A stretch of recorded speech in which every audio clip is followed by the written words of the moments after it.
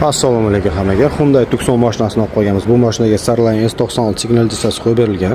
Mashina polностью telefondan boshqariladi. Dunyoni xohlagan joydan ochib yopib zabt qilsa bo'ladi. Mashinani yopgan payt 4 ta oyna lyukini yopadi.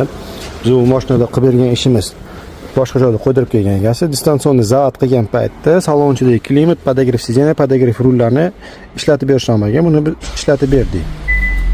Hop, buning uchun distansionni zabt qilgan paytda kartani yon tomonga o'tkazamiz. Kirib podogref sideniya, podogref rul, xohlagan gradus qo'yib, salonchidagi qishda issiq, yozda sovuq gradus qo'yib tanlasa bo'ladi.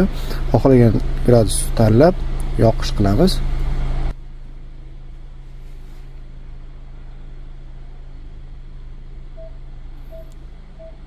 Ko'rishingiz mumkin. 22 gradus qo'ydik, 22 gradus yoqildi, podogref sideniya, podogref rul yoqildi. Kimga shunaqa xizmatlar kerak bo'lsa, bemalol o'zimizga aloqaga chiqsanglar bo'ladi.